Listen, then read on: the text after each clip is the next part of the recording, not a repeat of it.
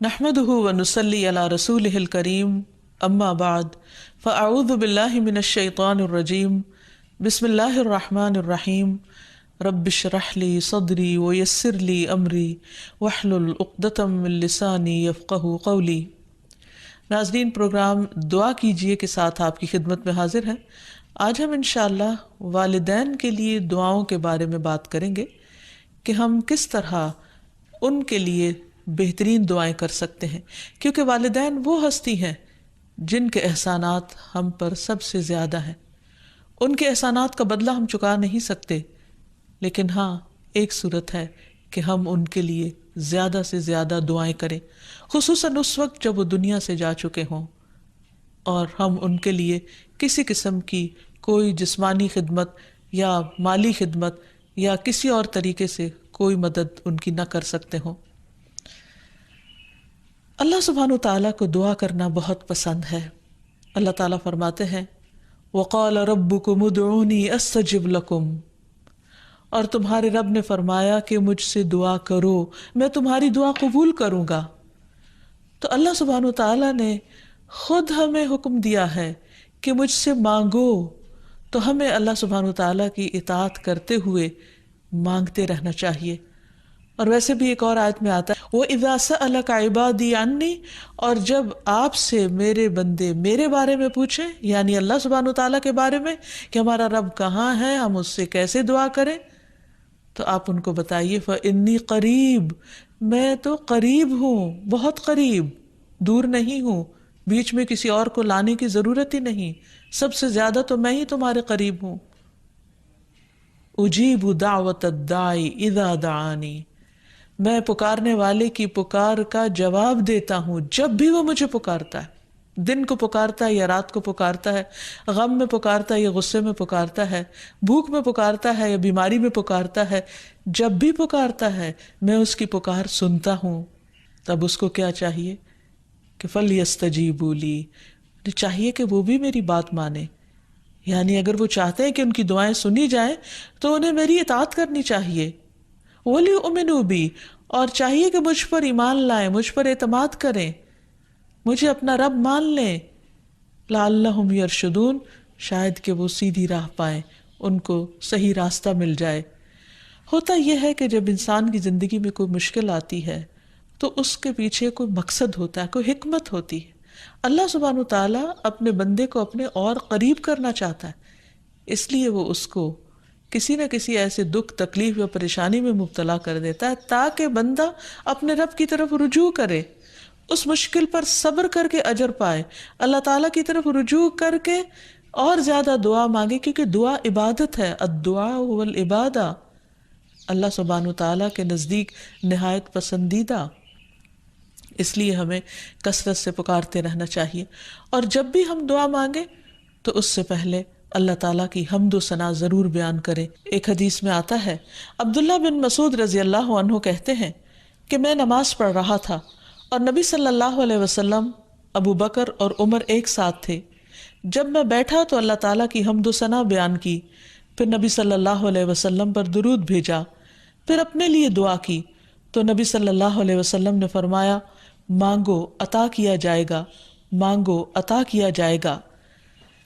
تو اس سے پتہ یہ چلتا ہے کہ دعا سے پہلے اللہ تعالیٰ کی حمد و ثنا بیان کرنا ضروری ہے۔ اللہ تعالیٰ کی حمد و ثنا کے بے پناہ کلمات ہیں، لیکن آج ہم ان کلمات میں سے ایک کلمہ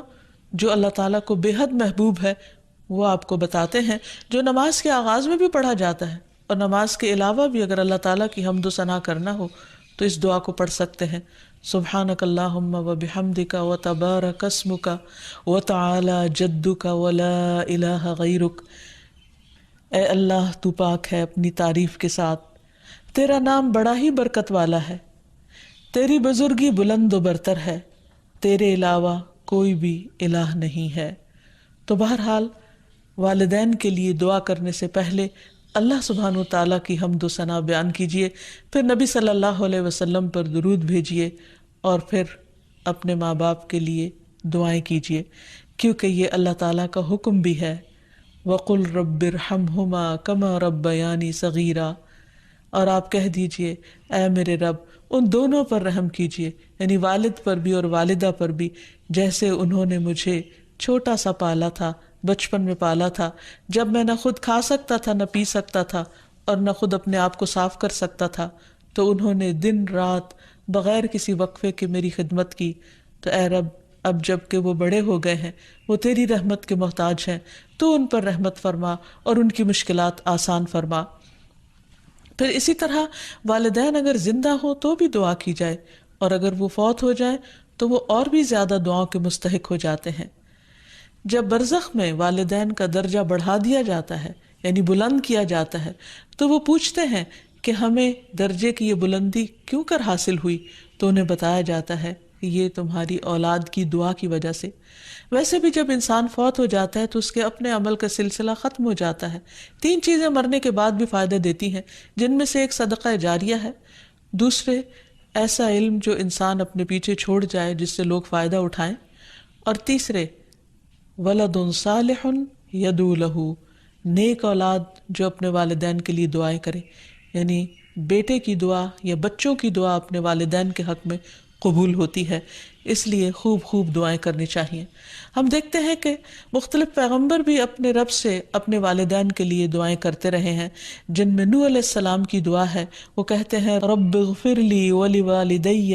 ولمن دخل بیتی مؤمنا وللمؤمنین والمؤمنات، اے میرے پروردگار مجھے بخش دے اور میرے والدین کو بخش دے، اور ہر اس شخص کو جو میرے گھر میں مومن کی حیثیت سے داخل ہوا ہو ان سب کو بھی بخش دے۔ اسی طرح ابراہیم علیہ السلام کی دعا ہے ربنا اغفر لی ولوالدی وللمؤمنین یوم یقوم الحساب، اے ہمارے پروردگار مجھے، میرے والدین اور تمام مومنوں کو اس دن معاف کر دینا جس دن حساب لیا جائے گا۔ پھر اسی طرح ہم دیکھتے ہیں کہ صحابہ کرام اپنے والدین کے لیے دعائیں کیا کرتے تھے، جن میں خاص طور پر حضرت ابو ہریرہ کا ذکر ملتا ہے کہ وہ ایمان لے آئے تھے لیکن ان کی والدہ مشرکہ تھیں، اور وہ نبی صلی اللہ علیہ وسلم کے بارے میں ایسے کلمات کہہ دیتی جس سے ان کو بہت تکلیف ہوتی۔ تو ایک مرتبہ اسی طرح کے کچھ کلمات سن کر وہ روتے ہوئے نبی صلی اللہ علیہ وسلم کے پاس آئے، کہنے لگے کہ یا رسول اللہ صلی اللہ علیہ وسلم آپ میری والدہ کی ہدایت کی دعا کیجیے۔ بہرحال آپ صلی اللہ علیہ وسلم نے ہاتھ اٹھا دیے، ان کے لیے دعا کی، اور جب حضرت ابو ہریرہ واپس گھر پہنچے تو ان کی والدہ اسلام قبول کر چکی تھی۔ حقیقت یہ ہے کہ والدین کے لیے خود بھی دعا کرنی چاہیے اور دوسروں سے بھی دعا کی درخواست کرنی چاہیے۔ پھر اسی طرح ہم دیکھتے ہیں کہ ایک مرتبہ ابو ہریرہ جب اپنے وطن پہنچے تو بڑی اونچی آواز میں کہا اماں جان السلام علیکی ورحمۃ اللہ وبرکاتہ۔ انہوں نے جواب دیا وعلیک السلام ورحمۃ اللہ وبرکاتہ۔ پھر ابو ہریرہ کہنے لگے اللہ تعالیٰ آپ پر رحم فرمائے جیسا کہ آپ نے بچپن میں میری پرورش فرمائی۔ ان کی والدہ نے جواب دیا اے میرے بیٹے تمہیں بھی اللہ تعالیٰ بہترین جزا دے اور تم سے راضی ہو جیسا کہ تم نے میرے ساتھ بڑھاپے میں نیک سلوک کیا۔ حقیقت یہ ہے کہ ہم پر انسانوں میں سے سب سے بڑا احسان ہمارے والدین کا ہے۔ اللہ سبحانہ وتعالیٰ نے اپنے حق کے بعد سب سے بڑا حق ہمیں والدین ہی کا بتایا ہے۔ اللہ تعالیٰ نے بنی اسرائیل سے پکا عہد لیا تھا۔ قرآن مجید میں آتا ہے وَإِذْ أَخَذْنَا مِيثَاقَ بَنِي إِسْرَائِيلَ لَا تَعْبُدُونَ إِلَّا اللَّهَ وَبِالْوَالِدَيْنِ إِحْسَانًا، اور وہ وقت یاد کرو جب ہم نے بنی اسرائیل سے یہ پختہ عہد لیا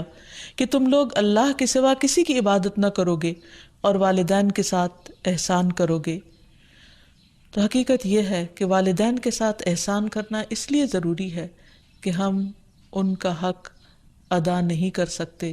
جتنی وہ محبت کے ساتھ ہمیں پالتے ہیں۔ بچے والدین کی خدمت عزت کرتے بھی ہیں تو بعض اوقات مشکل میں پڑ کر بد دلی کے ساتھ، اس محبت کے ساتھ نہیں جو والدین کی محبت اپنی اولاد کے لیے ہوتی ہے، اور وہ ہر کام خوشی خوشی کرتے ہیں۔ والدین اپنے بچوں کے بڑا ہونے کی دعائیں مانگتے ہیں، لیکن جب والدین بوڑھے ہو جاتے ہیں تو بچے ان کے خیر و عافیت کے ساتھ دنیا سے رخصت ہونے کی دعائیں مانگتے ہیں۔ والدین میں سے بھی خاص طور پر ماں کا حق ادا کرنا اور بھی زیادہ ضروری ہے، کیونکہ باپ کے مقابلے میں بچے کی پیدائش، تعلیم اور تربیت میں ماں کا حصہ اور ہاتھ زیادہ ہوتا ہے، وہ تکلیفیں بھی زیادہ اٹھاتی ہے۔ اور والدین کے لیے دعائیں کرنے کے ساتھ ساتھ ان کے ساتھ ادب اور احترام کا سلوک بھی کرنا چاہیے، خواہ وہ مسلمان نہ بھی ہوں،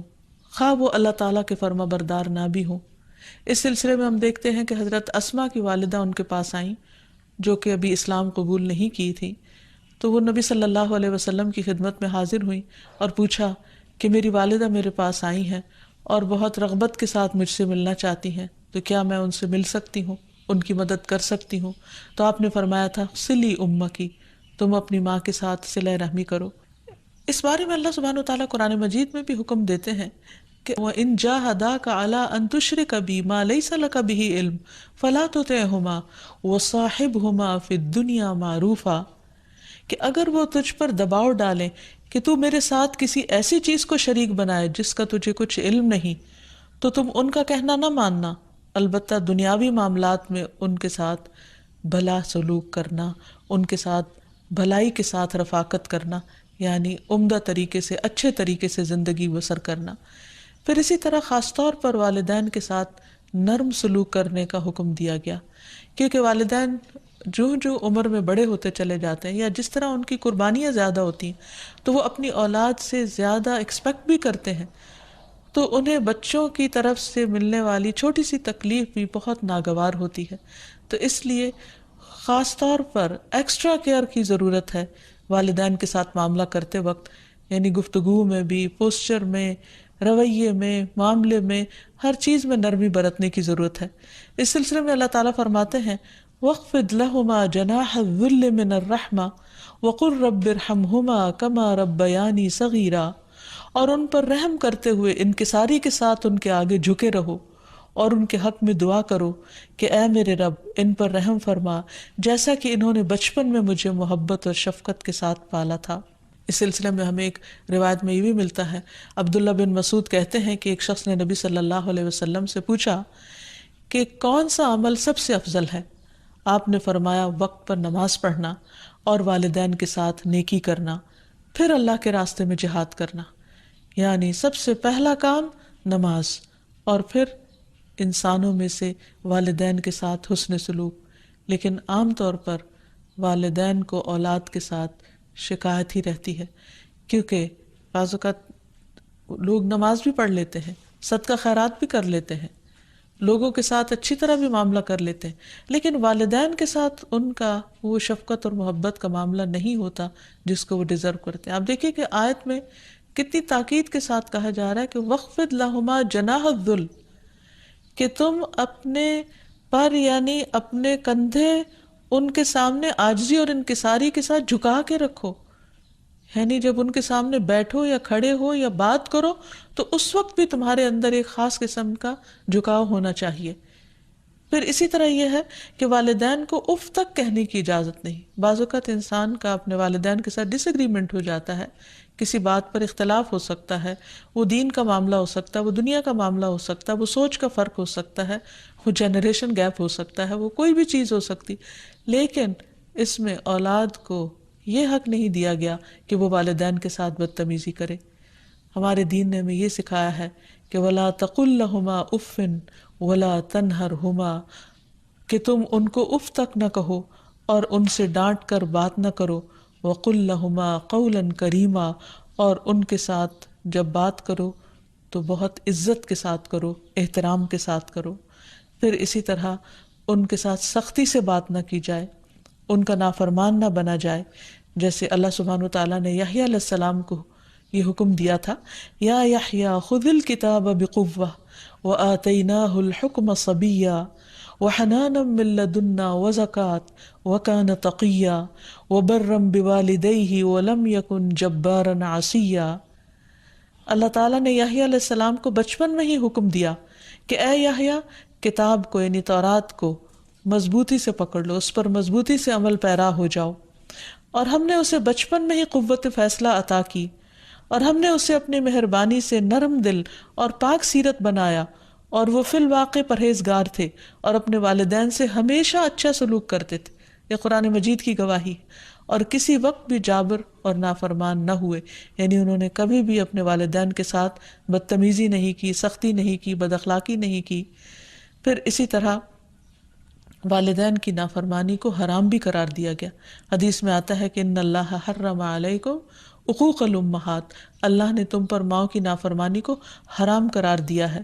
پھر اسی طرح ایک اور حدیث میں آتا ہے کہ اللہ تعالیٰ کی رضامندی باپ کی رضامندی میں ہے، اور اللہ کی ناراضگی باپ کی ناراضگی میں ہے۔ اس لیے والد کا حق ادا کرنا بھی ماں کے ساتھ ساتھ بہت ضروری ہے، اور والدین کا حق ادا نہ کرنا کبیرہ گناہوں میں شمار ہوتا ہے۔ اور کبیرہ گناہ وہ ہیں کہ جن پر اگر انسان توبہ کیے بغیر مر گیا تو قیامت کے دن سخت پکڑ ہوگی۔ اور اسی طرح والدین کو رلانا بھی کبیرہ گناہ ہے، ان کو گالی دینا کبیرہ گناہ ہے۔ پھر اسی طرح والدین تو وہ ہستی ہیں کہ جن کے لیے دعاؤں کے ساتھ ساتھ ان کی طرف سے صدقہ خیرات کرنا بھی خصوصاً ان کے زندگی کے بعد بہت فائدہ مند ہے۔ انسان کو اگر زندگی میں کچھ مشکل پیش آئے، اپنے بچوں کی طرف سے کوئی پریشانی ہو، یا اپنی صحت کی طرف سے، یا کاروبار اور روزگار میں اگر کوئی پریشانی ہو، تو اس وقت انسان کو اپنے والدین کے ساتھ حسن سلوک کرنا چاہیے۔ یہ ان نیکیوں میں سے ہے جس کی وجہ سے انسان کی مشکل بہت جلد حل ہو جاتی ہے، اور خصوصاً صدقہ دیتے وقت والدین کی طرف سے، یعنی ان کو ثواب پہنچانے کی نیت سے صدقہ کیا جائے۔ اس سلسلے میں ہم دیکھتے ہیں ایک آدمی نے نبی صلی اللہ علیہ وسلم سے عرض کیا، میرے والد فوت ہو گئے ہیں اور انہوں نے مال چھوڑا ہے لیکن وصیت نہیں کی، تو کیا میں ان کی طرف سے صدقہ کروں تو ان کے گناہ معاف کر دیے جائیں گے؟ آپ نے فرمایا ہاں۔ اسی طرح حضرت عائشہ سے روایت ہے کہ ایک آدمی نبی صلی اللہ علیہ وسلم کے پاس آیا اور عرض کی کہ یا رسول اللہ، میری والدہ بغیر وصیت کے فوت ہو گئی ہیں، اور میرا گمان ہے کہ اگر وہ بات کرتی تو صدقہ کرتی، اگر میں ان کی طرف سے صدقہ کروں تو کیا ان کو اجر ملے گا؟ آپ نے فرمایا کہ ہاں۔ پھر اسی طرح والدین کے اگر روزے رہتے ہوں تو ان کے قضا روزے ادا کیے جا سکتے ہیں، اگر وہ حج نہ کر پائے ہوں تو ان کی طرف سے حج بدل کیا جا سکتا ہے، یہ ان کے لیے ایک بہت بڑا احسان ہوگا۔ پھر اسی طرح ان کی نظر پوری کی جا سکتی ہے کہ اگر انہوں نے زندگی میں کسی سے کوئی وعدہ کیا ہو اور وہ اسے پورا نہ کر سکے ہوں، اللہ تعالیٰ کے لیے کوئی نظر مانی ہو اور اسے پورا نہ کر سکے ہوں، تو اس کو ادا کر دیا جائے۔ تو خلاصہ یہ ہے کہ انسان اپنے والدین کے ساتھ جو احسان کر سکتا ہے، اس میں جب وہ زندہ ہوں تو ان کا دل خوش کرے، ان کی خدمت کرے، ان پر اپنا مال خرچ کرے، ان کی اطاعت اور فرما برداری کرے، خواہ وہ اللہ کے فرما بردار ہوں یا نہ ہوں، ان کے ساتھ حسن سلوک کرتا رہے۔ جب وہ فوت ہو جائے تو ان کی طرف سے صدقہ خیرات کرے، والدین کے دوستوں کے ساتھ حسن سلوک کرے، اور اس کے ساتھ ساتھ ان کے لیے خوب خوب دعائیں کرے، اور خصوصاً یہ مختصر سی دعا جو اللہ سبحانہ وتعالیٰ نے خود حکم دیا ہے کرنے کو، رب ارحمہما کما ربیانی صغیرا، اس دعا کی خوب خوب تکرار کرے اور ان کی بخشش کی بھی دعا کرے۔ اور آخر میں ہم سب دعا کرتے ہیں اپنے والدین کے لیے کہ اللہ تعالیٰ ان پر اپنی رحمتیں فرمائے اور ان کو اپنا پسندیدہ بنا لے، اور اگر وہ دنیا سے جا چکے ہیں تو انہیں جنت میں اعلیٰ مقامات عطا فرمائے۔ وآخر دعوانا ان الحمد للہ رب العالمین۔ السلام علیکم ورحمۃ اللہ وبرکاتہ۔ بدعائك رب شقيا